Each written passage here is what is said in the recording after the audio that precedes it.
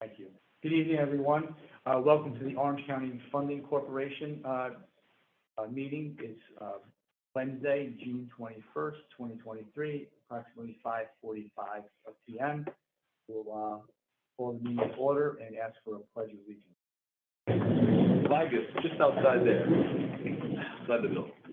Pledge allegiance to the flag of the United States of America, to the republic for which it stands, one nation, under God, indivisible, with liberty and justice for all. Roll call. Dean Tamburri, Here. Susan Walski, Here. Mark Green, present. James Rinaldi, present. Vincent Odock, present. Giovanni Palladino, present. 6 of 6 members are here. Thank you. I'll also let you know, Mr. Acting Chairman, that staff, myself, Phil Fioravanti, and Marty Barras are here. We also have 88 Studios, who's our AV consultant. They're online as well. We have a number of guests. Mr. Chet Patel from OC Hospitality, Morris and Shelley from Royal Wine, Steve Gross, Director of Economic Development for Orange County, and Ms. Mary Beth Bianconi and Sadie Mathis from Delaware Engineering. The proof of notice is attached to the agenda, and we'll ask for approval of the minutes of May 17th, 2024 record. Questions? I've read the minutes, so I'd like to make a motion to accept them.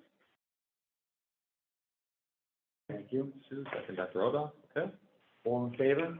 Aye. 6 ayes. And on to new business for the acceptance of the May financials. Yeah, if we could just give a Finance Committee report. Of course, we had our Finance Committee meeting prior to this one. Mr. Green, you want to give us a summary or what we talked about in OCFC? Yeah, so really, we didn't talk about much. Not a lot going on in the OCFC. Everything lined up as far as budget versus actuals. I would say, we had another 2 people, right, that paid as far as the small business loan during the COVID. And we only had to refund roughly our only payments were roughly $90 because 2 people paid us more when they'd already paid off their loan. So the only other major thing was the CD that's coming due. So we agreed to re-up that for another 3 months. And that is a CD of $1.5 million. So that'll be up for another 3 months.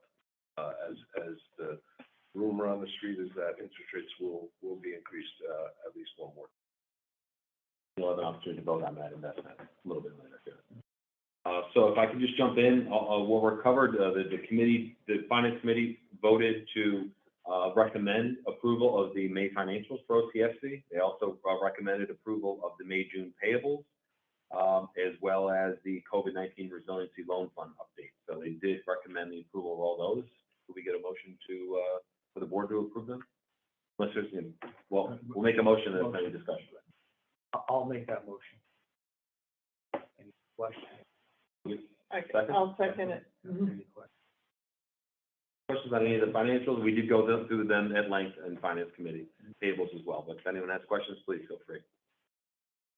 Hearing none, I'll ask all in favor. Aye. Aye. Motion carries. And the last item on there is the CD.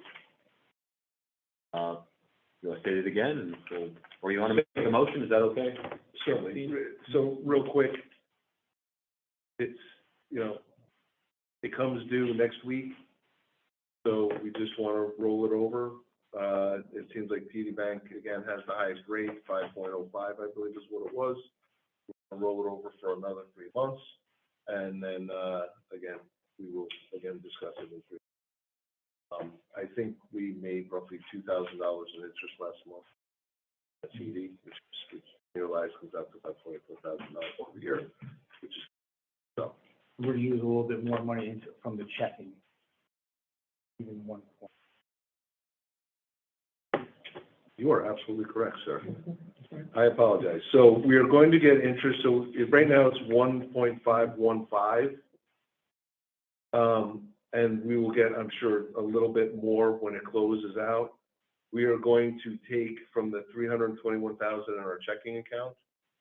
We are going, whatever that is, to make this an even 1.7 million. That will go into the So you can 3-month just CD. mix them over. Yeah, so there will be over 100,000 in our account, which we won't need. We don't, And again, it's only for 3 months, so if anything should come up, we are fine. I apologize. Thank Please you. apologize, I'm reminding you of what you said. So thank you. We appreciate all the work that you do. that's a lot, keeping up with all that stuff. Really, the people doing the work. So Mark made the motion for a second. Second, Question. All in favor? aye. That's motion carries. Thank you. That's all we have on the agenda for OCFC, besides adjournment. Make a motion to adjourn to, OCFC meeting 5:50 PM. Make that motion? Second, I'll second. Mark. All in favor? Aye. Thank That's you. motion carries. We're adjourned. On to IDA.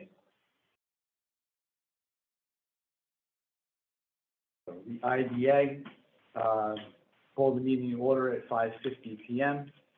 It's, Wednesday, June 21st, 2023. Meeting's called order. We've already done the Pledge of Allegiance. Roll call, please. Okay, Dean St. Present. Susan Walsky, Yes. Mark Green, Present. James Rinaldi, Vincent Oda, Present. Giovanni Palladino. Present. 6 members present. Proof of notice is attached, as it always is. The minutes, moving on to the next agenda items, we're asking for approval of the May 17th, 2023 Board of Directors. Have the, or sent, those minutes, if any, make a motion to accept them. I think we can have a motion to approve both sets of minutes in one motion, Sue Cassoff, Leah? I'm sorry, I was on mute. Yes, you can do it in one motion. So then, thank you. So I'll just mention that the second one is a special meeting. You'll recall, we had a very brief meeting where it was a technical issue on one approval. We wanted to kind of do that again. So it's as well, see, there's the minutes of both of those meetings. So it's okay if we have a No, motion absolutely, to the other approve meeting both. was the May 26th. So motion, I'll make a motion to approve both of those. Questions? All in favor? Aye. Thank you. Bill, for the record, who seconded the motion? I couldn't hear that. Thank you. And committee reports? Gentlemen, Mark, Jim, however you want to handle this. IDA Finance Committee report, please. All right, so went through payables, much to my chagrin. I tried to call them out, and actually we paid less this month. I read the columns wrong, so thank you for the embarrassment. We talked about several different things. One was making a decision at some point, because we had to just re-up and pay for software for those COVID loans. And so we agreed that we would like to make a decision by this time next year, as far as what we'll do, because that's off request $1,500. At some point, are we beating a dead horse here? So that was one of the things that was an anomaly that came up. As far as we've again already talked about this, the small business loans, yeah. So I think the other major thing though is the CDs. Okay, and this is going to take a few seconds. So I don't know if you have them handy in front of you. I believe that's what, page 6. You want to do those now, or you want to do them at the end? We also have them under new business. You want to do the guest first? That would be great. Yes, Yeah, because absolutely. that's So what we did- because that was a little longer. Yep. Yeah, and that will take a little bit while. Exactly. Love to respect our guests. All right, well, thank you. And then, the Accelerator Committee, we're gonna make one motion to accept both those committees. And, in the Accelerator Committee, the committee, renewed and discussed leases for the 2 Warwick tenants, Scripted Fragrance and Farm Body, and agreed to continue managing the, Warwick Accelerator during the transition from outgoing to incoming town supervisors, and requested the board, consider extending the 2 leases until June 1st, 2024, until the town supervisor can ultimately manage the Warwick Accelerator site. I'll comment on those when we get to the lease approval, Okay. part of the agenda. Okay. So, I'll make a motion to accept both of those committee, meetings. Second, all in favor? Aye. All right, 6 ayes, motion carries. On to the- Terrific. Okay, on to new business. On to what we're here for, is exciting new projects. First up, we're gonna talk about Royal Wines Phase 2. Obviously, everyone recalls the approvals for incentives for Royal Wine, the construction of their manufacturing facility on 17N in the village of Goshen last year. This was the way that Sue Kastoff especially had guided the applicant in with what their plans were and how to kind of structure their applications. And there's 2 applications. The first Phase 1, you'll recall, was actually not Royal Wine just for themselves. It was Goshen JV, I think is what it was, development. It was a joint venture between GFI, who owns the property on 17M, and they're an industrial developer. Typically, they build that and lease it to a tenant like Royal. Well, Royal Wine wanted ownership in this project, so it became a joint venture. And the incentives that we provided were a property tax abatement, sales tax exemption, and mortgage recording tax for the site development and basically the shell of the building, the envelope, if you will. And as we had guided them that they would be appropriate for them to come back just as Royal Wine for some assistance for the build out of the interior, the manufacturing facility, all the equipment, the furniture, the build out, et cetera. And they're coming back just seeking sales tax exemption for that portion. But again, I want to be clear that the applicant is just Royal Wine in this. And we have Mr. Sheldon Ginsburg, we've gotten to know and worked very well with, and I'm sorry, what's your last name?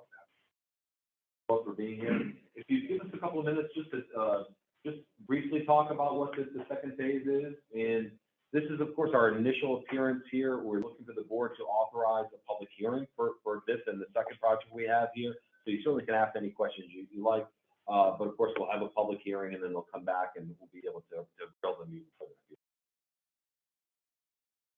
Shelley, if you would, please. And I'm sorry, Shelley, our camera's kind of right here, so you can just be within shot there. You see yourself. That's great. Thanks. Thank you. Hello, everyone, again. Thanks for taking the time. Susan, thank you for participating this evening. We had always anticipated this project for Phase 1. We weren't quite ready with the information needed to move forward. Royal Wine is a very significant project. We wanted to get all of the pieces correct in our structure and our building of the building. What this grant will allow us to do, what this exemption will allow us to do, is purchase new equipment that will be used in our production facility. This will include such items as a tank farm. We press grapes once a year. We do it September, October. We buy enough grapes for a 12-month supply. We don't go out on the market and buy, we buy our own grapes. So we need to have enough tank space, ultimately, to hold as many as 15,000 to 18,000 tons of grapes. We then take those grapes, we crush them, we blend them, we store them, we filter them. All of this will be new equipment for us. In addition to that, once we have the juice, our grape juice, we have to put it into bottles, into these plastic containers. So we need high-speed packaging lines. We are refurbishing 2 existing lines. We're buying a brand new high-speed, state-of-the-art production line. All of that to be installed in the production center. Included in that will be conveyors and fillers and labelers and cooling machines and palletizers and depalletizers. I think we attached a blueprint to our application. I know it's probably difficult to see. I invite you all to our facility today, actually, down in New Jersey, to see how all this works. But it would be very helpful for us to have this tax exemption to help in the overall cost of this project. This phase for us, we're estimating at about $70 million, including soft costs, to be phased in starting within the next 3 or 4 months. As we know from COVID, the lead times on machinery have expanded greatly. So where something took 3 or 4 months, they now take 12 to 15 months. So we will be starting to order machinery by the end of the summer. And this will extend 2 or 3 years even after we initially move into the facility. That's how broad the scope is. But we're excited to be here. We love Goshen. My workforce comes from this area. And we would love to continue to build out this state-of-the-art manufacturing facility as we initially anticipated for phase 1 application. If there are any questions of any sort, I'm delighted to try to respond to them. Well, I just know that you did discuss this in your first presentation, but this was the next phase. And you currently store in other locations, you had said. So are all the other locations in New Jersey, or the one that's where all the other ones are from? The bottling facility, the packaging facility, are all in New Jersey, all in Bayham.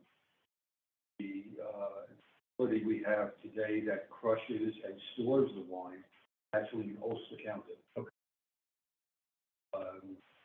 The idea is that facility is beyond state-of-the-art repair, which brings this project together for us.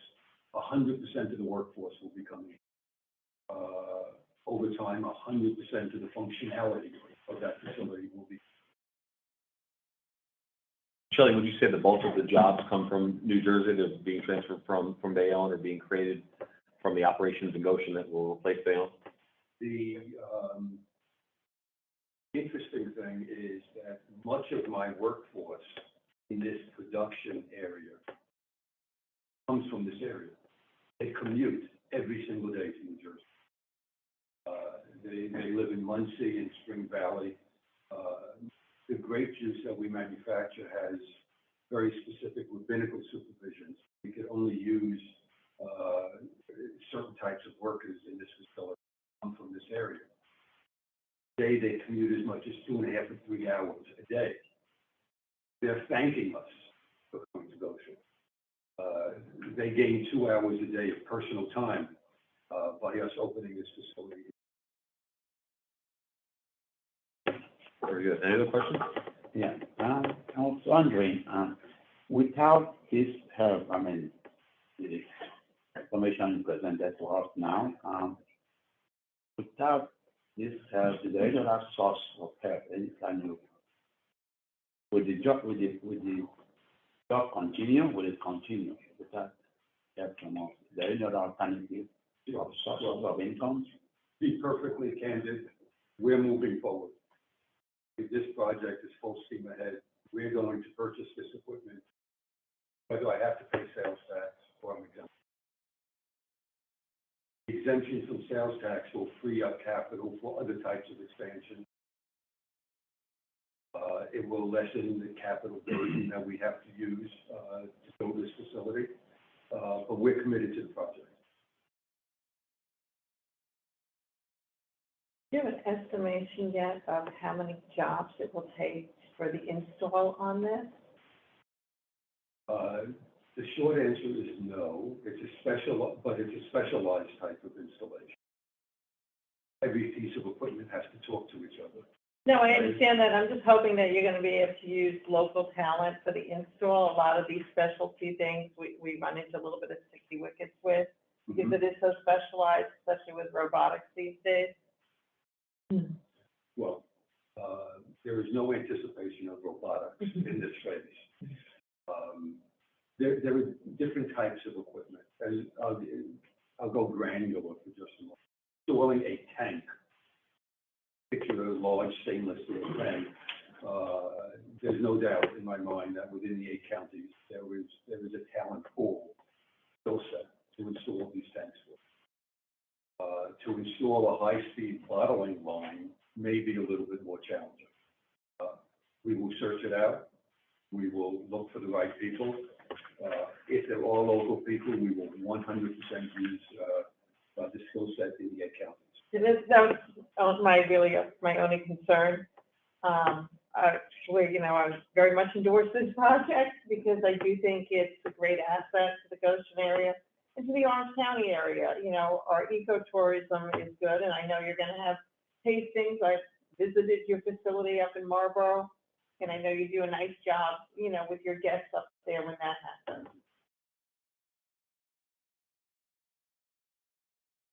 Other than Bill, oh, I'm sorry, Bill. I didn't mean to cut somebody off. Sorry. Can Mark continue, or do you need to comment before he does? No, I was just going to introduce the resolution.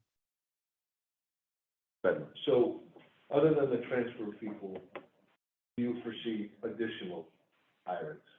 The short answer is yes, and I believe in our application, there's a chart that goes out 4 or 5 years, number of employment that we're committing to, that we will commit. Absolutely. And we will be hiring locally.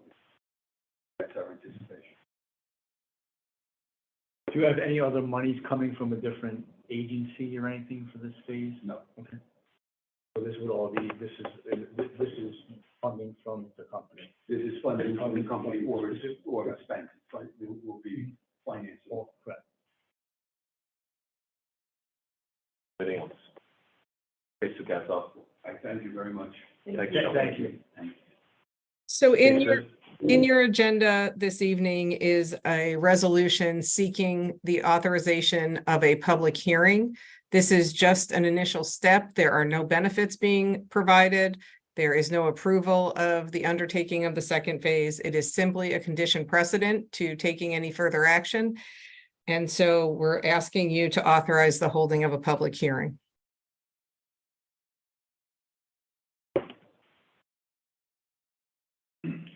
So we need a motion for a second? Yes. I'll make a motion for the initial resolution for a public hearing. Second? I'll second. Giovanni? All in favor? Aye. 6 ayes, motion carries. Kelly Morris, we'll be in touch about the public hearing and what comes next, all right? Thank you very much. Free to go. Thanks for making this trip again. We appreciate it. Thank you. All right, Mr. Acting Chairman, if we could move to our second applicant of the evening. Okay, I'm going to introduce Mr. Chet Patel. Chet is very well known in the area. He's local, lives in the Goshen, New Hampton area. He's been in hotel management, hotel development for a long time, oftentimes with partners. I believe this is more of your own venture, right, Chet? Actually, investor, Okay. but my son is coming along, finding. So my name is Chet Patel. I'm a managing member of Hospitality. Put in an application for sales tax and project. Candlewood Suites Hotel that we're looking to build off of P Street, where on the street from the hospital where Quick Check is and the Holiday Inn Express, directly across the street from 101 room and stay hotel. Talk to tourism or economic development, or anybody in this area that will tell you not enough hotel rooms. To an extent, that is true. There's a certain niche within the hotel industry, a portion of it where there's a bit of a lacking. So that's why I came up with this brand. I've been in the business pretty much my whole life. I built the Home 2 Suites on 211. If you're familiar with next Cosmos, I started that and get benefits from that. For that project in 2016, partner, I sold that property. a year and a half. Back to doing that. Any questions? That's a successful project. I will say that's generating a lot of sales tax for us right now in dead tax as well. So that has been a successful IDA project. Mr. Gross, from Orange County Government, I know you're going to appear at the public hearing, but you asked if you could say just a comment here. So out of respect, we have to have you do that. Thanks, everybody. Appreciate you having me here today. A couple of things I just want to brief the IDA about and start this project. Hotels and hospitality, we all realize it's a thriving sector in our county. It really supports our tourism and hospitality in our county.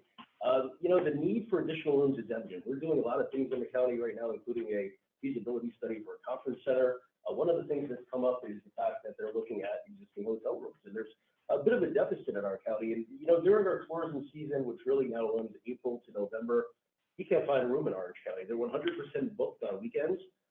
It's a result of Legoland, Angry Orchards, City Winery, all the great venues that we have in the county, but also events like this weekend, the New York Air Show happening this weekend, not only taking up the hotel rooms in Orange County, but Dutchess, neighboring counties as well.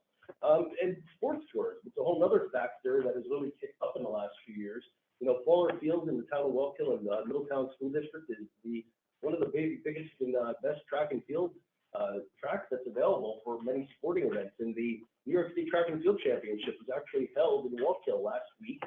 7,000 to 8,000 people came to the town of Wallkill just for this event, filled up every hotel room, but also filled up every restaurant. And local businesses, Main Street's got the benefit from that. And, you know, all this creates additional economic activity, which results in jobs, not just in the tourism and hospitality sectors, but a lot of the spin-off support networks that help to keep these businesses afloat as well. And, you know, when we talk about hotel tax, Bill just mentioned that before, the county's generating over $6 million right now in revenue from out-of-towners, in essence, that are coming to Orange County to leave their money behind when they stay in our hotels to help us to continue to promote our tourism and hospitality efforts in our county. So, you know, it's a really good opportunity for the county. We really need these rooms because it doesn't just support tourism and hospitality. We're looking for the next phase, which is corporate activity, more corporate retreats and seminars here. And, you know, we're going to really need those rooms to make that happen as well. So appreciate your consideration of this project. Just want to also quick shout out to Bill. We've been working together for the past year plus in this role that I've been in, that Bill's been in, and a terrific partnership we have going here with economic development. The entire county economic development team is really swimming in the same line and really working together to make things happen. So appreciate everybody's efforts and time here. Happy to take any questions. Thanks, Steve. Appreciate that. Questions for Chet? Yeah, so what is the property made up of? Is there anything on this property? Nothing. So it's a vacant land. Yeah. And it's in the area of other hotels. And Yeah. What is your time frame for if everything? I'd like to start this summer. Okay. And it's a cyclical nature of the hotel business area, tourism. People come up in the summertime, so that's the best time to open. I want to get in the ground this summer, open next summer, so it's prime time. Yeah. And opening in the middle of December, and the opening doors in the week for months. So I'd like to get in the ground now to open it. Trying to visualize more where this is. You said it's on Main Street? So right where, you know where Golf Links Road is? Where? Golf Links Road. Yes. So right around the corner from on East Main is the Quick Check. It's on New okay, by Golf over there. That's East Main. So Right. Med Park Road is the road that goes into Quick Check. You have to go on Med Park. Oh, okay. Quick Check. So you wouldn't go into Quick Check, you would just keep going straight. The Holiday Inn Express is right there. The right-hand side, my property is Okay, Express. all right. So you can actually see the Holiday Inn Express from 84. So traveling west on 84, when you pass the exit for 17, on the right, you'll see the Holiday Express on the right. Okay. Right on the That was Joe Disselberger's property that Joe sold to Mark Devitt. Mark subsequently developed Holiday Express and sold that 2 years ago, selling off and remaining parcels. So you already done the impact study and feasibility, multiply effect and all that already? So I've been in the hotel business my whole life. So I rented my first room when I was 8 years old. I watched my parents do it, and my mom was cleaning rooms. My dad was out fixing something. So I know the business. I grew up here. I owned the hotel. You know, my family owned the property in New Hampton for years. That's where I grew up. So I know the market. I know the hotel business pretty much inside and out. And having the property that I sold a year and a half ago, I knew what type of clientele we were getting there, knew the occupancies.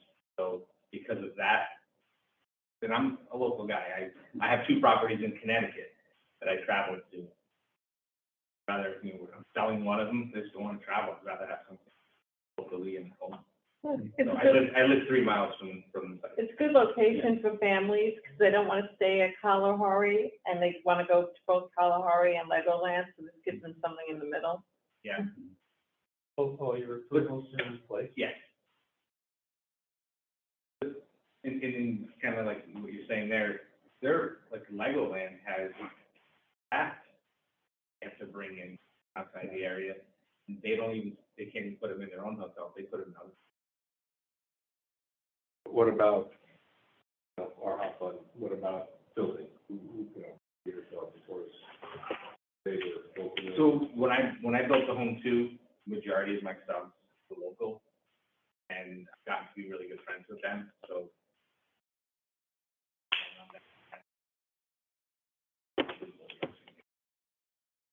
because it's only for tax and Still local labor applies. it's still. Absolutely. Okay. So that's something I think for the public or elected officials, others to keep in mind is that if Mr. Patel's seeking relief on property taxes, he can go get a 485B with no obligation whatsoever, certainly not tied to local labor. I assume he will. No reason he shouldn't do that. And there's nothing that guarantees that it will be built locally, but unless he gets IDA incentives. And construction is right up our no, driveway. absolutely. I'm gonna as best as I can. Like I said, I'm local. A lot of my friends. I love construction. I'm in the hotel business, but I love construction. I have a lot.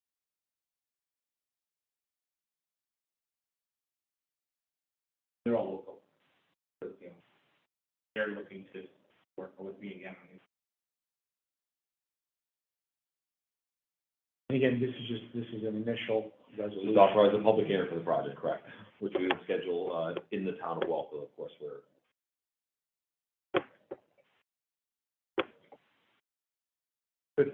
Sue, back to you. Okay, so Any guidance? you ready? In the agenda is a resolution to authorize a public hearing with respect to this project, as was outlined by Bill and others who spoke. I will note that there is no pilot being requested. It does generate 20 new FTEs.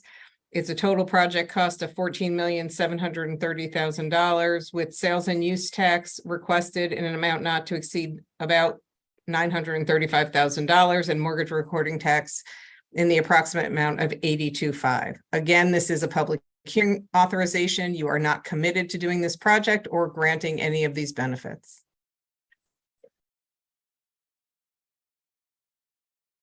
Look for a motion to I'll make the motion for the public hearing, for the resolution to have a public hearing. second. I'll second. Mosky, Green? All in favor? Aye. 6 ayes, motion carries. Kevin will be in touch shortly about public hearing. Thank you. Appreciate it, Chet. Thank you for being here. Welcome to stay all night if you like. Thank you. Thank you. Yes, our next item on the agenda is our shovel-ready update. So very exciting. Of course, we engaged Delaware Engineering last year, trying to assess what are the remaining developable sites around the county and then rank them and such, and with the eye toward perhaps making an investment, the IDA doing so, of increasing the readiness of the site for the kinds of projects that we're trying to bring here. They are ready, actually. So we have 2 portions of the presentation. There's some sensitive information that's going to be in there, and Delaware is going to report that in executive session. But there is a portion here that is suitable for the general public. And I'm going to introduce Mr. Katie Matt. Mathis and Ms. Mary Beth Bianconi. You've seen Mary Beth before, she's here, and Sandy, I don't know that you've been here in front of her before. I didn't think so. All right, so Mary Beth, I'm going to share my screen and put your presentation on here. And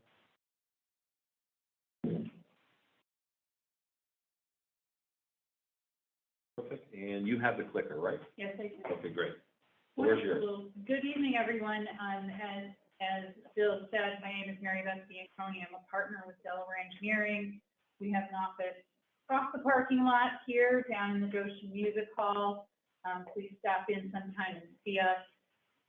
We are a civil engineering firm that assists communities with public infrastructure and other types of investments, and we do development studies as well in partnership with our economic development specialist, Sandy Mathis of Mathis Public Affairs.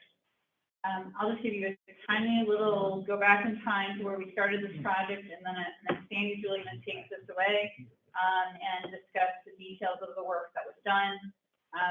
The IDA decided, and I think this is very wise, that the county is in need of creating additional shovel-ready sites.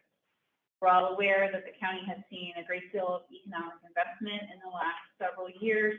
However, sites that are shovel-ready are starting to run on the slimmer side. In addition to that, the nature of investment is shifting, and the interest in the county is shifting away from logistics and towards more of a technology-based and other type of commercial and industrial investment, in addition to the things that Mr. Gross was discussing regarding tourism and some of the other really strong areas of the county's economy, agriculture, and those kinds of things. So let's see what our next slide has on it here. So this is really Sandy's slide. I'll tell you in general what this project really did, and we'll get into some more details when we're in our executive session. This project had essentially three major elements to it. One element is an evaluation of the environmental setting here within the county. We looked at the entire county. We looked at every town, every village, all of the cities. It's a very, very vast area to evaluate. We looked at it from an environmental setting perspective in very broad strokes. We evaluated things like topography, constraints to construction, local land use, a whole series of things of that nature. This is a desktop style analysis, so no new studies were created. We were utilizing existing, very robust available information to conduct the environmental analysis portion of the project. Second portion of the project, Sandy's going to talk about in a little more detail, is the market analysis. We can have all the shovel-ready sites in the world that we want, but if we have not created them with a mind to who is interested in investing in the county or who we want to try to attract to the county, we may have a mismatch between the type of sites we are creating and what the market will bear. So a market study was a very important part of this project. And then the last portion of the project was a very detailed and expansive evaluation of sites. That evaluation, again, similar to the environmental portion of the project, was a desktop type analysis with heavy emphasis on field work. However, having said that, because this is a study at this phase in very early days, site owners were not contacted. There was no trespass on anyone's private property. All of the work was done from public right-of-way and with publicly available data. So with that, I think I will turn this over to Mr. Mathis, and to make them go, all you do is push the big button. That helps. Good evening, everybody. I have to tell you that the Delaware and myself, we have very strong relations in this county. Been around here a long time, and reputation is something that's very important to us. We had a very strong desire to overperform on this project. Good position to have your consultant team in, quite frankly. There was no shortage of anything. It was way overdone, extensive extra effort, because our goal was to so overwhelm you'd have no idea what to do next. And I think we're going to accomplish that, unfortunately. But then it was a time to really dig dig in to the information and then the path to really a transformational change in how you do economic development in this county, what you're focusing on, the type of project, really more importantly, the type of jobs look to attract here, salary levels, wages, wealth, keeping local talent, that kind of thing is what this is all about. I did not consider logistics or distribution in the sites I looked at. It was not important to me. I mean, you guys could do nothing and they'd be lined up at the door for warehouses. This is totally different kind of a job. So thank you for that opportunity. So first, let me just talk about the market study a little bit. An extensive analysis that once you dive into it, it should really provide you a very clear understanding of what type of projects and sectors New York State is attracting. They've done a good job in high tech. You know, SUNY Poly is an amazing, not national, international research and development facility that's the only one like it in the world, and it's in Belgium. So certainly in the U.S., I don't think it's close, and only that one Belgian facility. Otherwise, any company that touches advanced electronics, semiconductor manufacturing, any of that, they are doing research and development in the capital district. Very important. So it's the sectors that are obvious. It's what the site needs are very clear. And then I'm going to really talk about regional partnerships. And, you know, whether it's a triangle of three regions and there's a manufacturing facility in the middle, your location is very good for various reasons, and that study will touch on that too. It touches, so let's, in this slide just talks about generally, and then the next slide is going to get to really tell you what the table of contents is. But this really, as Mary Beth said, really is what you need to connect to the, not only the type of sites, scale of the sites, and more importantly, what kind of infrastructure you need on the site. And I'm not talking just water and sewer. When I say infrastructure, it's water, sewer, electric, natural gas, and even more importantly, sometimes fiber, kind of broadband. So you really need to connect the use and the demands of that sector to what kind of sites you want. So you have decisions to make, but you're going to get a lot of information to really decide your priorities, and then you really attack the opportunity. So the process and evaluation of the opportunities is really a big picture of this study.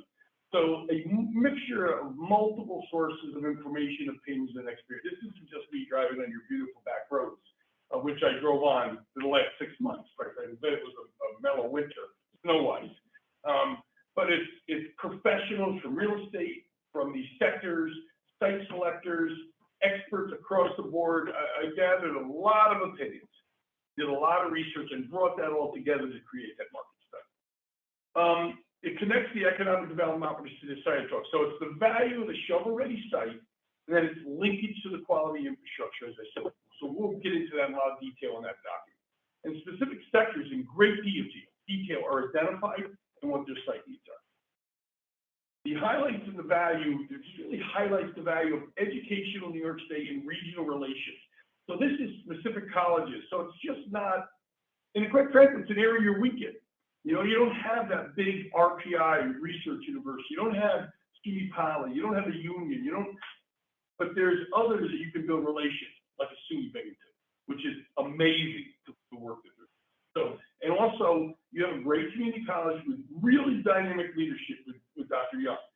It's also her making relationships with community colleges that are really leaders in this, like Mohawk, which is working very closely with Global. So I really outlined in this study, what are some logical partnerships that are important, because the state particularly will love to see you ask for money if it's 2 or 3 regions together with a regional strategy, not a local strategy. And believe me, there's enough for everybody. So it's a mindset of let's put our best foot forward, let's get dynamic sites, let's get ready, and then, because it's the end user that ultimately decides where they're going to go. You can't make them go to Orange County. You just want to make it as attractive and as nice a fit as possible. So also, we want to highlight the amazing New York State resources and partnerships. And that starts with, as I mentioned, SUNY Poly and the resources there. And I actually brought up your team from the partnership, actually did a visit and met some people.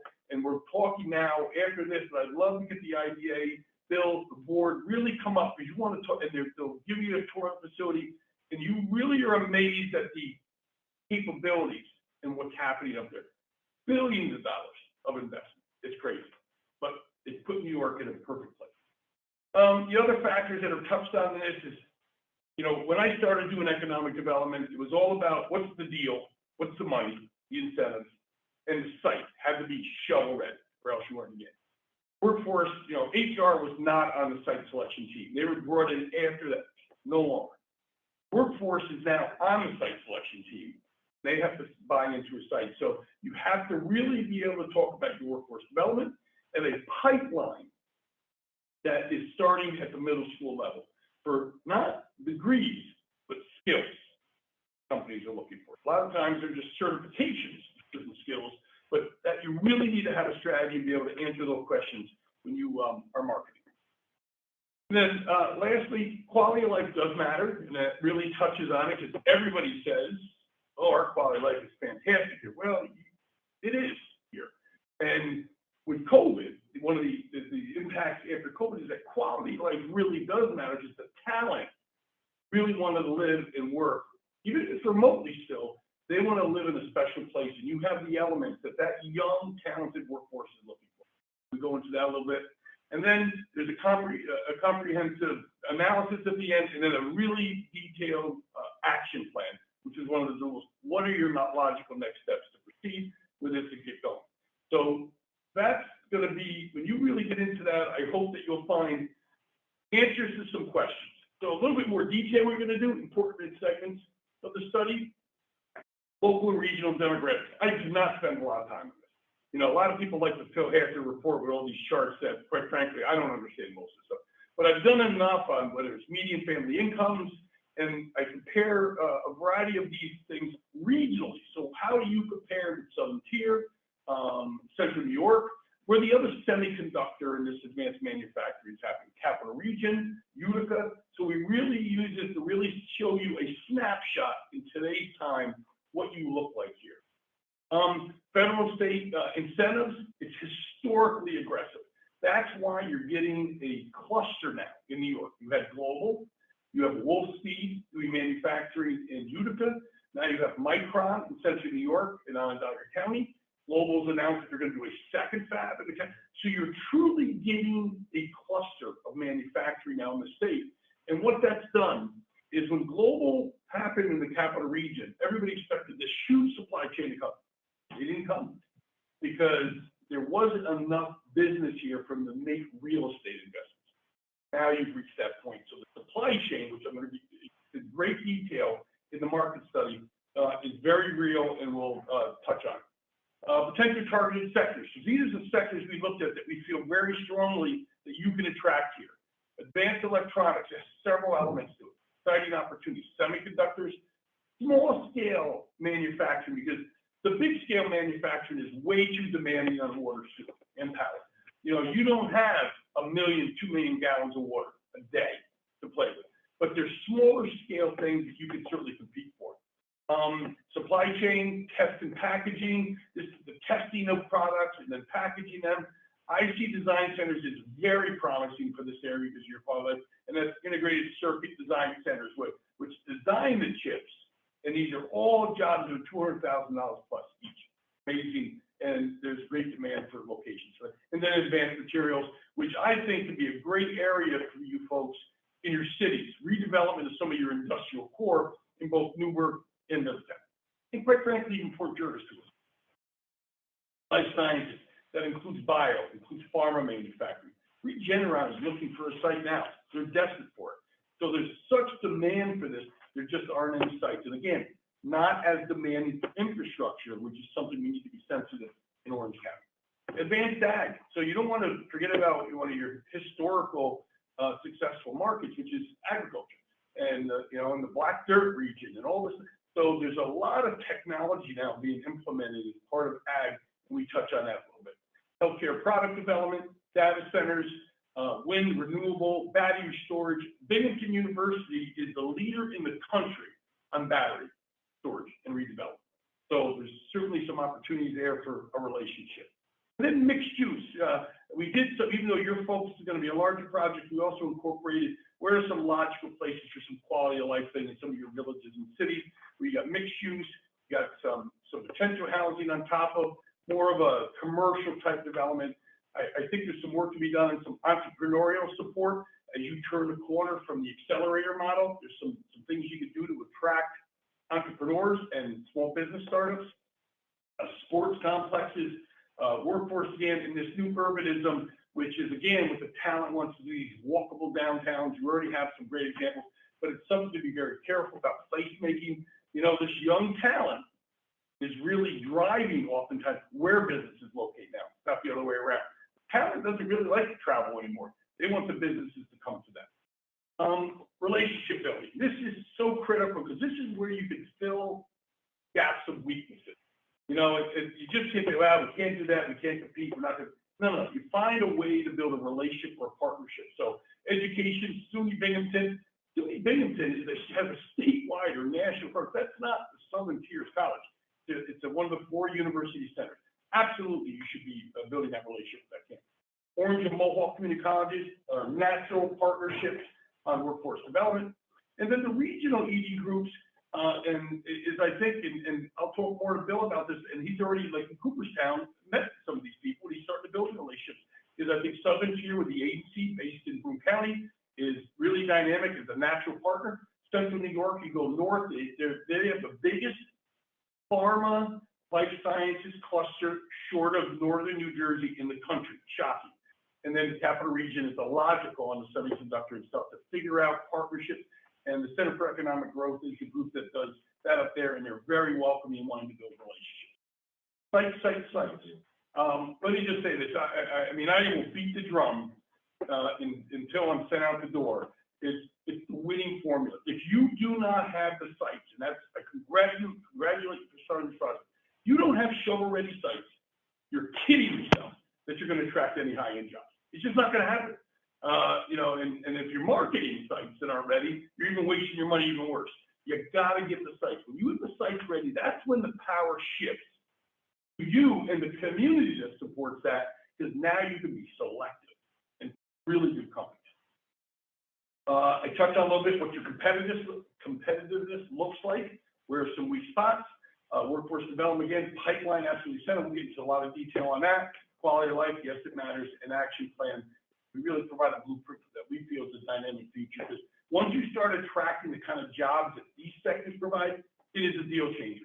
With the great work of the county executive and Steve and your existing team, you're hitting out of the park already with sales tax. Okay, you're attracting sales tax in your tourism sector. Those jobs, quite frankly, aren't that good. Okay, we're talking about a balance of wealthy-driven job creation that together really is a great future. So that's what that wonderful study is going to just overwhelm you with great information and detail. So, you know, you commissioned the study, you know, that was your first step. Site evaluations, you're going to hear next. But then you move to picking your sites and your structure and getting that ready. You make sure the infrastructure connects to what your strategy is, to the sector, and that's how you end up with high-end economic development. I read it as if it's simple. Okay, it's hard. Okay? It's not simple. It's hard. It's time-consuming. It requires an investment. But once you get there, boy, is it wonderful. I mean, they show up at your door. It's amazing. So it's a marathon process to achieve significant success. It's driven by site quality and predictability, connected to target sector need, and you spend real time reading and understanding the important connections in the study and with the real estate. It will become very clear to you what your next steps are, but then it's grinding through and making that. So the next wonderful thing, which was, let's take a look at the sites. So this is when I want to really emphasize overperforming. So we started the process mid-December. I believe we're on target to deliver what was supposed to be in June. I didn't realize it was going to consume my life as it did. But we started, so it starts with a master list, and we broke it into 3 categories. greenfield of 50 acres or more, but we also did clusters. So what that means is, if I found a 75-acre parcel, it's up on the GIS, which at the Commonwealth County, the investment is outstanding, your GIS system. Most counties are not. Very good, easy to follow. You get ownership, you find out what it is, you really see it well. I would try to get to 200, 300, 400 acre sites as a cluster if there was adjacent lots that made that happen. So you'll hear me say clusters. Well, they're sites. They're all sites, but some are clusters, most are clusters, and then you have individual sites. It can be just a one parcel site. And then the number of parcels, because clusters could have a cluster could have 2 parcels, or it could have 8 parcels. It depends on where it is. But there's 50 acres or more. That was the cutoff for the scale that I thought you folks would know. Then urban, we don't want to leave our villages out or our cities, because they're not going to be 50 acre things. So less than 50 acres, we looked at urban lots and village lots of value. Again, we did clusters and we did individual lots, but that could be a 10 acre, 15 acre, that could still do nice projects if the company that's looking wants something walkable, wants to be in a more village setting. Key is having an array of site options that whenever somebody asks and say, do you have something like this? You do. Because nothing tortures you more as an economic developer if somebody wants to come to your community and you do not have a site for them. Let's do that. So you don't want to do that. Then we looked at some buildings for redevelopment, building that's maybe a little run down, needs some money, or quite frankly, maybe the site's really great, the building stinks. What can you do to repurpose it? We've looked at it. In every phase I'm going to talk to you about, they're broken down in those 3 categories. So again, we have a master plan, and let me just give you some numbers to get started with that. So greenfields, we started that process with 122 sites, which involved 410 parcels. And I would tell you that I visited every parcel between 3 and 4 times throughout these 6 months because I kept forgetting what they look like. So I kept having to go back. If I wanted to look at slopes or wetlands or where the power, I'd go back and do that because every one of those were scored. Okay, so what you do is you have a score sheet. These are what I scored on, 1 to 10, regional significance, size of it. So like the size, you say, what do you mean size? So it might be 50 to 75 acres gets 2 points. But 300 acres gets 10 points. So I did a scale on just what you could put there. Site control, always important. Is it a developer that owns it? That scores high. Is it publicly owned? The county sitting on ownership? That is gold, because if you can't do a deal with the county, who are you going to do a deal with, right? And sometimes towns own land, and sometimes not for profit. So that would score 10. And if it was an owner, sometimes I visit them. Sometimes they had for sale signs on it. Well, it's privately owned, but sale signs, so that can be really hard. So I'll give it a 5. So it's all relative. Environmental condition, contamination, is there any environmental issues or water issues, wetlands, that kind of thing. Land cost, and again, that generally speaking, that got a general number unless I knew for sure. We did in previous studies I've done. I actually sent letters to landowners. I didn't want to do that here. I didn't really want to have a miserable 3 months of people calling and saying, "What the heck are you doing with my land?" So I didn't do that. So there's been no public activity. So I did the best to understand, what the value was. Infrastructure proximity, so Delaware's great work, what was the closest water and sewer? And what municipality, provided that, public water and sewer. Community atmosphere, this was important. So I got varying opinions of, is this town supportive or not supportive? If they have a moratorium, is that because of the time? So I tried to get a feel who would never support economic development versus very supportive. Public-private EDC support, that was generally the same unless there was the IDA I felt was very strong, so most sites got that strong, but if like Middletown that has their own economic developer, or the IDA in Montgomery or Newburgh, and they were more, so that would enhance that score. And then, so those top scores, I just added them all up for those 122 sites, and there's usually a very natural break, like what's logical to go to the next phase, which is tier 2, which is a whole nother process of scoring. So at that point, so we go to We go to, Tier 2 evaluation.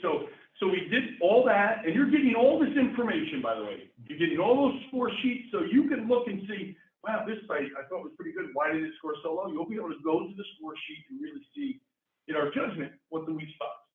So now we have what advanced is 60 sites from the 122 advanced in this greenfield, 7 urban and village lots advanced from 96, and 5 buildings advanced this site. So then we did exactly the same process again. We scored each one of those, but different criteria. This is what the site selector, when Bill gets the call, this is what the site selector wants to know. These are the professionals doing searches for companies around the country. So this is location, site readiness, build out flexibility, scale of development, sector suitability, because remember the study has defined for us what kind of sectors would want to come here. Does it fit any of the sites? Which are the sites that fit the sector? So we really tried to make that connection. Infrastructure, we really get into detail now on water and sewer. Transportation and access to roadways, wetlands, we get into historical and archaeology, topography, slopes, endangered species is always fun. You're pretty good here. You got the bat.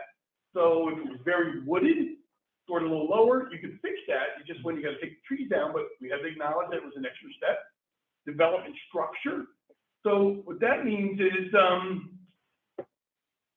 if it's public again, that's very good. It's the structure. So and again, this is going to be your decision. Is it a site that can be jointly developed by the IDA? Do you create a local development corporation just to do this?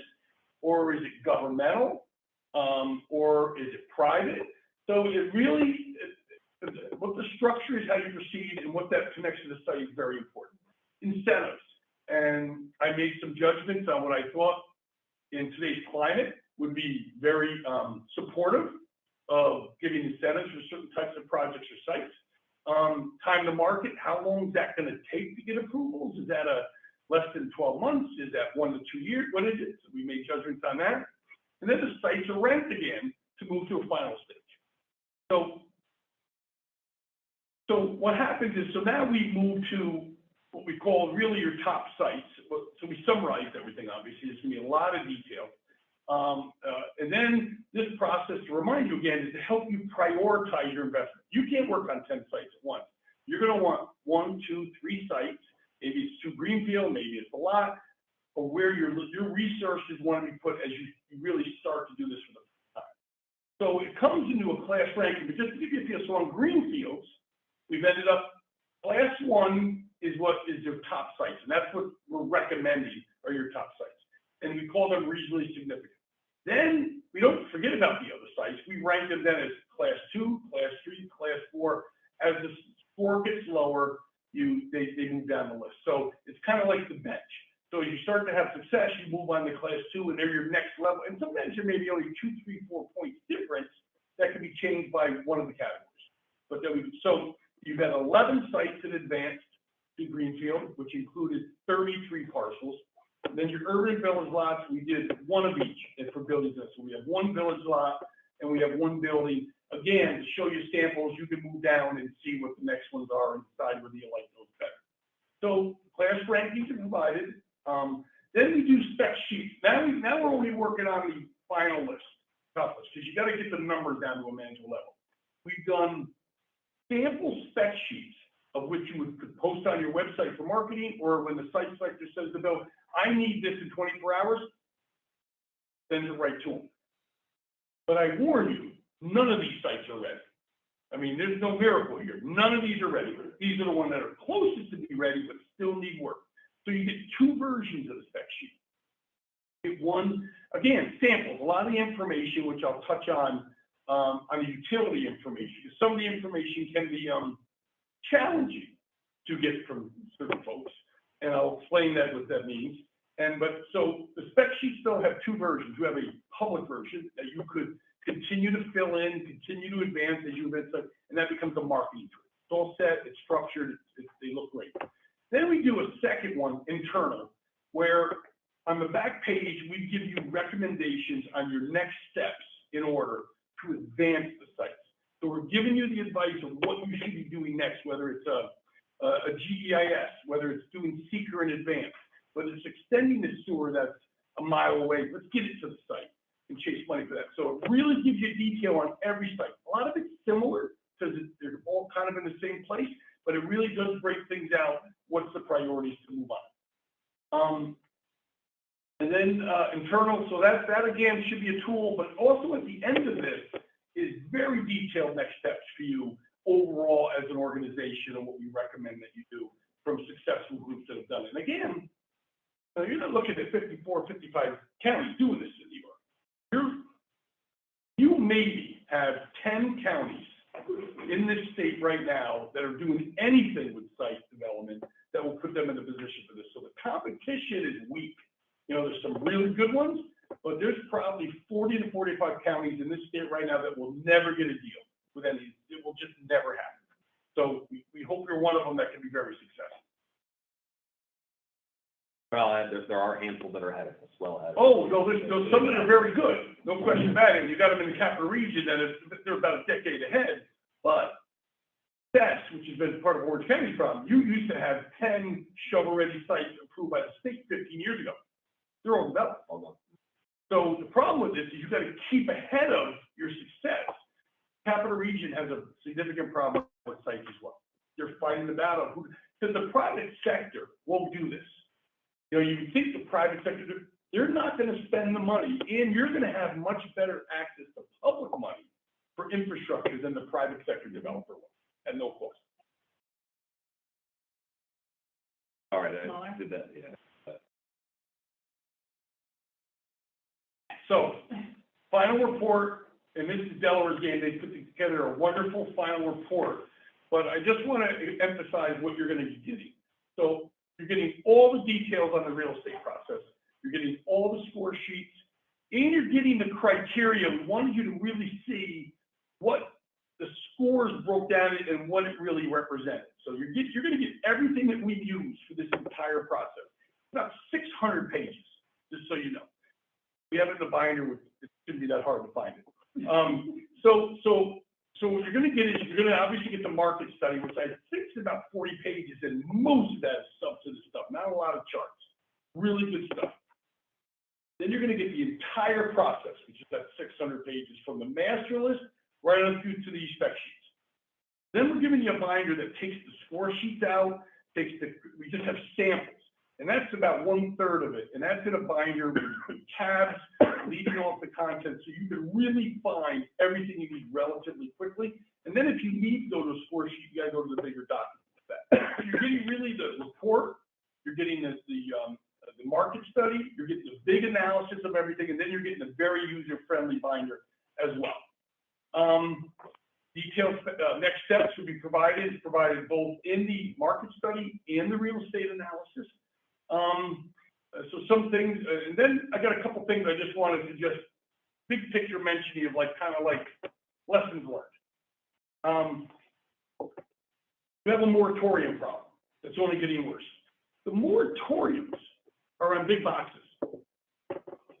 What I have found is as you talk about different kinds of projects, the community have moratoriums, it's a different discussion. So I would not eliminate any sites because it's in a community with moratoriums. You start talking about these types of projects, these kinds of jobs, which are going to be substantially larger investments in real estate and equipment. It's a project like a distribution center, 1 million square foot, that costs a lot of money. But you build a 500,000 square foot or 250,000 square foot manufacturing facility, you'll be very happy with the ratables, the communities will be happy, but it won't impact traffic like they're concerned about. And it drives that tax revenue that they still very much need and want, but it's the quality of the jobs, which is the quality of the company. And then the utilities, which I'll save my comments for executive session on that as it connects to your negotiations with private owners and what that all means. And then think about retail, your walk-in. And think about what's happening nationally in retail. I think a proactive discussion with the ownership of these retailers to talk about a redevelopment strategy. These sites have unbelievable infrastructure. They have great highway access. You have population all around them. I think there's a discussion about a redevelopment for a different use that I would be proactive and initiate, and they may welcome the lifeline. Where it's headed. Because not only is your retail in trouble, if you take a walk around, because I try to stay in tune even though I avoid shopping, is I've already seen a significant downgrade in the tenants that are in here. Your strip mall tenants now have moved to the malls. It's only a matter of time before you start losing your big stores, then you're in trouble. I've seen it up by us very quickly where redevelopment has become medical offices and some other non-retail uses. I think a proactive discussion is worthwhile here. So again, we're providing significant content and information. What I really recommend is you get in the car, you visit the sites, and you just start to get a feel what it is, where it's located, and then you're going to have a really active debate of what direction you want to go with structure and which ones you want to start working first. And then just want to thank you again for the opportunity and happy to answer any questions. And we'll get into some detail on this. Thank you very much. So the next phase of this presentation is an executive session. One of the reasons we can go into that, and Sue, you can correct me if I'm wrong here, is to discuss real estate, potential investments, because that is the idea. We want to identify sites, we want the partnership with these entities. We want them to be able to market these sites, but the idea is for further investment on the IDA's behalf so that we can bring these better projects in. So that's the reason for it. Sue, any other guidance on exec session? No, my only question is whether or not you want to go in now or you want to do Glen Arden and then go in or finish the agenda. That's up to you in terms of timing and. Back to the agenda? Yeah, well. Do you mind waiting for No, it? not at all. Okay, Is that all right? No, we just skipped a little bit because we had them in attendance. absolutely. No, very personal. Then we can let Chris go after that too. So you're in attendance. Okay, so we'll get back to Glen Arden. Should we pick up back there? Well, okay. Chris Canada, of course, you summarized this issue for the board. Can you kind of frame it again for everyone and tell us where we're at? Sure. Good evening, everyone. So this relates to the resolution we discussed last month that was tabled. Glen Arden, the facility, has had some issues financially, and there's a proposed purchaser, Knowles, who has requested that certain changes be made to the bond documents relating to the original bond deal going back to 1998. And as part of that, we've had discussions with them. We've looked at their bond documents. Sue and I have had numerous calls with the working group, including borrowers, the new group council. So everything's working out and it's going along, but we've had some issues, as we discussed, dealing with the existing pilot payments, which are in arrears, as well as water and sewer charges. So that was the main reason why the resolution was tabled, to have further discussions with the tax jurisdictions. I can report today that the tax jurisdictions have agreed in principle to the proposal of Knoll, and they're working through a final document, which we have a draft of, which Sue and I are reviewing, an assignment, assumption, and consent agreement with all the tax jurisdictions and Glen Arden and Knowles to put that issue to bed. So the resolution before you relates to the IDA moving forward with entering into the necessary modification documents to move the acquisition forward. As we discussed previously, we wanted to make sure that the resolution contained language about the IDA's approval being contingent on these tax jurisdictions being satisfied with respect to the pilot payments and the back water and sewer charge. So if you look in section 7 of the resolution, we tweaked it a bit further. And it references how, although the tax jurisdictions have reached an agreement in principle with Knowles as to the pilot payments, the approvals and authorization of the issuer set forth therein are contingent upon the receipt by the issuer of the written approval of each taxing jurisdiction prior to the consummation of the transaction. The transaction being the actual acquisition of the retirement facility. So this approval, this resolution, if it was adopted, would be contingent on those issues being resolved prior to the acquisition, which, based on the discussions, numerous discussions we've had with counsel to Knowles and the back and forth with the tax jurisdictions, I'm pretty confident that that is going to be entered into and worked out prior to the acquisition. So happy to answer any questions on this, but that's kind of the 20,000 foot on the resolution. And Bill, I'll just add, I agree with everything Chris said. We have been in very close contact with the new buyers of the facility, and we have actually, with Bill's help, facilitated discussions with each of the taxing jurisdictions and received notice from them that they have in fact reached an agreement in principle relative to the payment of the arrears and the payments going forward. So I support the recommendation to approve, conditioned upon receiving that, the execution and delivery of the amended bond documents.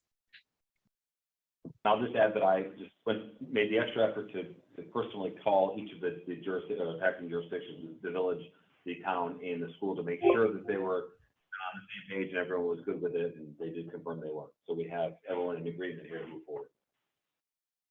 Of course, they would want to be, because if not, then this facility may default or. That's the worst case scenario. Yeah, this deal falls apart and, you know, this site continues to crumble, the facility there, and then you eventually have seniors that are displaced. Well, we're out our money. Exactly. No one gets anything that, you know, made whole on the tax. So. The same, going forward that we had previous. So with the bond, or Chris, you want to address that? Dean's asking basically the exact same bond product that they had prior, or is there a change in with what we're doing with the bond here? Then. Yeah, so it's a good question. So part of this is the bond was originally issued to the public. It was a public offering by a big underwriter. So as part of this, Knowles has asked for certain financial covenants to be adjusted based on them entering into the mix here and taking over for Glen Arden. So the bond itself will still be outstanding. The bondholders had to consent to numerous revisions to the bond documents. That's what we've been reviewing. Bondholders had to be, you know, when it's a public offering, it's hard to track down the different bondholders. It's not like there's just one bank holding it. So there will be amendments to the bond documents. The bond will stay outstanding by the IDA. I think that was your question, Dean, but maybe I'm missing something. No, that was it. I mean, that's Yep. bond going forward. The other one is Right. So at the end of the day, once this is all done, the goal is, and I think it will happen, the pilot payments will be set up. Just to give you a little background, the agreement that they're proposing would be 20% of the in arrears pilot payments, and water and sewer charges would be paid right at the conclusion of the acquisition by Knowles. So in the next 3-4 months. So that will be paid. And then the 80% that remaining in charges and fees and payments would be paid monthly for the length of the pilot agreement that's still outstanding. So they would make a monthly payment to the tax jurisdictions until it was paid off. So at the end of the day, the bond would get amended, there'd be a new owner of the facility, and the tax jurisdictions would be in the process of being made whole, and they'd have the comfort knowing that there's an agreement in place with the new owner. Thank you. Sure. I think it's a necessity to do this. Really So no, there really is enough. People not going to. well, and like you said, seniors being displaced is not a good thing. Chris, what is exactly the motion you're looking for? It's a motion to approve the resolution, the authorizing execution of certain documents by the IDA relating to the Series 1998 bonds in connection with the acquisition by Knowles. Want me to make a motion? No, just say so moved. He read the motion. I moved it. So moved. Yeah, is that okay, Chris? So moved? Based on what you just said? Or you want to hear it? No, I don't need to hear it. I mean, the minutes should reflect that the paragraph on the bottom of the first page of the resolution just move for a resolution authorizing the execution of certain documents by the IDA relating to the Series 1998 bond. That's the motion I'm making. That's right. Okay. Second? I'll second it. It's Sue, seconded by Dean. All right. Any other questions or anything? Should we do I'm sorry. Should we do a roll call first? Is there any reason for the? Roll call vote for this one, Bill. Yep. Okay, Dean Tamburri. Yes. Susan Walski, Yes. Mark Green, James Rinaldi. Yes. Vincent Oda, Yes. Giovanni Pellegrino. Yes. 6 ayes, motion carries. And, anything else for us beyond this, transaction with Glen Arden? Or this is our component, is the bond piece? Right now? Right, this is the main thing. Now we'll move forward with finalizing the bond documents. There'll be certain documents that will need to be signed by the IDA once the documents are finalized, and I'll circle with you, Bill, on getting those executed. More than likely, it'll be in July at the earliest. Very good. We could let Chris go, this is the last piece of business here, unless anyone has any questions or anything else for Chris. Chris, thanks for hanging on. Sorry for the long meeting. Susan, No worries. So easy. Have a great, have a great night. Okay, great. The next is getting the financials. So, as was reported before, the Finance Committee went in detail through, May financials for both OCFC and IDA. We'll talk on IDA. And they also recommended the approval of May, June payables, as well as, June, July, August, payables, since we won't have a July meeting. So I don't know if we want to break those up at all, but we certainly could approve the May financials and May, June payables together. I'll make a motion to. Second? I'll second. Okay. Questions? All in favor? Aye. 6 ayes, motion carries. Very good. How about a motion to authorize the IDA to pay our invoices that come in, our recurring invoices, our contracted invoices for June, July, and some that get into August that are before our August 16th. That motion.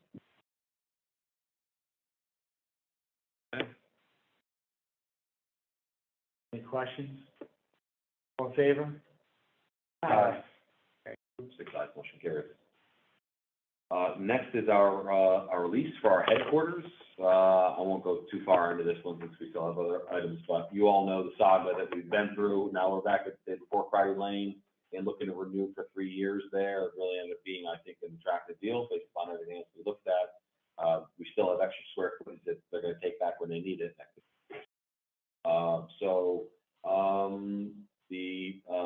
This was in the Finance Committee as well, but looking for a motion to authorize me to execute a 3-year lease with First Columbia for 4 Crowdy Lane, New Windsor. I'll make the motion.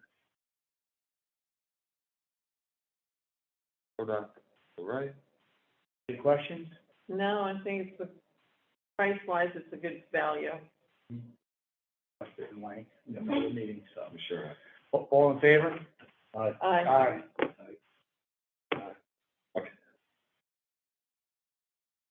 Okay, CDs. Agree. Now, CDs for IDA. Where are we? All right. We're gonna go quick like a bunny. Page 6, I believe it is. For 29. Is it 29 on yours? It would be 6 on the Finance Committee agenda. All right, but 29. the main packet, it is 29. 29. All right. So, everyone ready? So, yes. Ready? Ready? All right. Late on me. I know, that's why. So, the very first one is coming due next week. Yep. You'll notice it has 3.031. What we're gonna do is we'll take off whatever is off the top. We're gonna reinvest exactly $3 million in another 3-month TD Bank at 5.05%.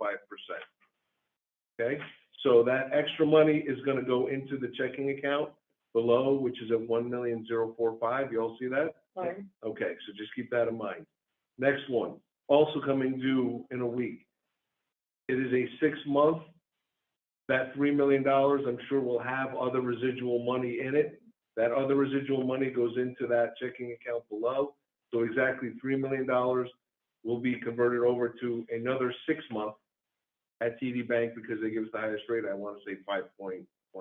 That's the only thing I want to question is, do you want to specify, because we'll get the brand new rates tomorrow, and someone could be If higher. someone is higher than Speak the highest rate. absolutely.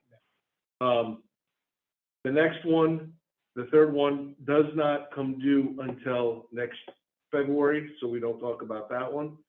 The next one, it comes due, again, in May of 2024, so we're not talking about that one. That leads us to the last two. July 13th, that Middletown one comes due. When it comes due, that is going into the savings. Okay, that 400,000 will go into the savings for a day or two. And then we have one that's coming due tomorrow, Lakeland, that roughly 250 plus, whatever dollars come tomorrow, will also go into the savings. So if you do a quick math, the 403, the 250, the residual of that 3 million, so roughly 32,000, blah, blah, blah. We should have roughly $1.7, $1.8 million in our checking account. We are going to take 1.25 million of that on July 14th. July 14th. We are going to put that in a 6-month at the best rate we can get that is not TD Bank. To try and diversify a little Spread bit. the eggs out. Okay, so that is the plan. So that should leave us in our checking account roughly $700,000-800,000. That again, we would only have to be concerned for 3 months because the very top one will come due in 3 months. I can't imagine we would burn through $700,000 or $800,000 No, we're burning anyway. through what, 100, 150 a month? Yeah, so if that, that is the plan for CDs. So we approved that on the finance committee. I guess we have to put a proposal up now. That is the motion. That is the motion. Okay. That is the motion. I'd like to make that motion. Well, he just made that motion. You made the motion. He just made that Okay. motion. I'm gonna repeat all that. We have that. We just working on the finance as well, and was looking for a second, for Mark's motion. I'll second. Thank you. Any questions? Then I will ask for, move the motion. All in favor? Aye. Aye. Thank you. Motion carries. Thank you. Again, thank you, Mark, for all that. All that work. Mark, I'm going to come back to you again. Next one is checking accounts. We've received a proposal from TD Bank again, which is part of why Mark's saying we need to make sure we diversify a little bit. They aggressively wanted to handle our checking accounts for OCFC and idea right now that we Chase Bank. My interest in moving is really more relationship and service. We just don't have this personal service right now, and service we have gotten from TD, starting with CDs and over this issue, very accessible. They're right down the hill. They actually would have been next door if we ended up at 555 Hudson Valley Avenue. But there are other factors. There's fees, other things that we talked about. So I kick it back to you, Mark. Where the discussion went? Just looking real quick at TD Bank, they do have some additional fees that made me pause a little bit. So what we were going to do is we came up with a plan. Bill is going to go back, try to negotiate with TD Bank, use us as the bad guy, Bill is the good guy, and Chase doesn't charge us for some of these. How come you're charging us? And can you eliminate some of these? And then we will be able to make a final decision in August when they come back, and hopefully they acquiesce. Yeah, TD, I do know, is making a concerted push for these type of accounts, municipal accounts and stuff like that. That maybe we have some leverage too. No, they are trying to outservice the big guys. So maybe they'll give us back, but that's where we are there. So there's really nothing to decide right now. But We agreed, I'll provide this information to you, even in the interim. We're not going to wait till August to share that information, but we'll officially look for your approval. The direction we go in August. That's that item. Next is New York State pension, and I don't know if we want to go into too much discussion because we're going to end up bumping this to August as well. More research to do, but I will just tell you in general, it's something I've been looking into for a while. I've been told from other IDAs, did you know you can participate in the New York State pension? Right now, we don't have any retirement contribution at all, so it's really not a great HR situation. I would like to clean up those aspects. Next meeting, I'm actually going to address potentially participating in the New York State Empire health insurance program as well. A little bit more of an investment on our part, but the benefits are far greater. But as far as pension, something we're looking into, it's just a little complicated. There's an initial investment for us to make. What would it cost each year based upon the 3 employees here to contribute for them? but then there's kind of a true up going back to the start date for each of us, Marty, myself, and Kelly goes back to '09. So there's a considerable investment to be made to make sure that everyone's pension goes back to the start date of the IDA. So again, we discussed it at length. We're going to do a little bit more research and something we expect to come back to. And then the last item on here was live stream service. I'm going to make that decision. I don't need the way we looked at it. I'm not going to enter a contract or anything. I don't think I need board approval. I'm going to take one last look at it and talking with the staff, and I'm going to report to the board where we're going. I don't need board approval for the scope of the procurement.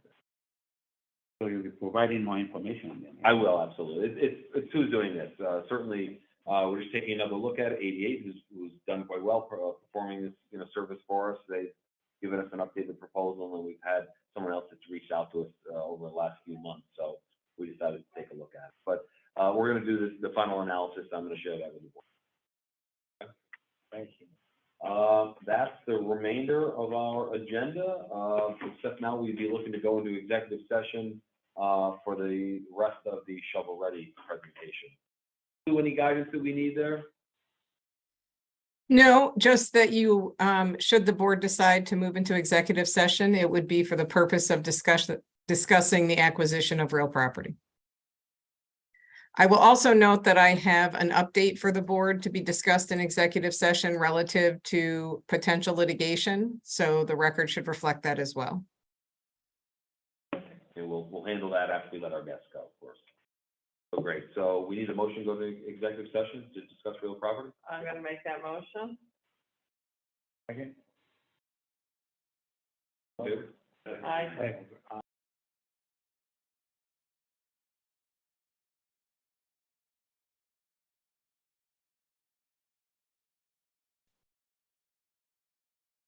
Yeah. Correct. Thank you.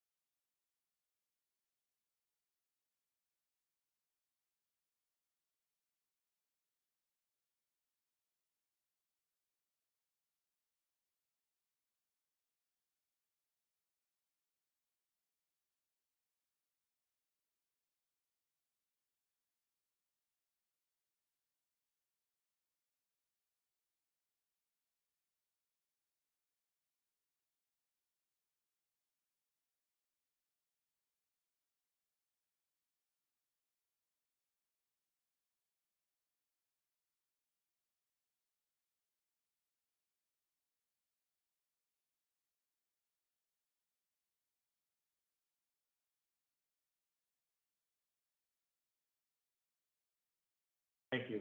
Welcome back, everybody, to the IDA meeting at 7:55. Came out of the executive session, and our attorney would like to address us. Good evening, everyone. So as we discussed, there is certain potential litigation going on involving the IDA and the board. I'm seeking the board's authority to negotiate a settlement at parameters discussed in executive session and giving the chair the authority to negotiate that on behalf of the board and to execute any necessary documents. Just because we don't have a chair, I just wanted to amend that to acting chair. Acting chair, yes. Thank you.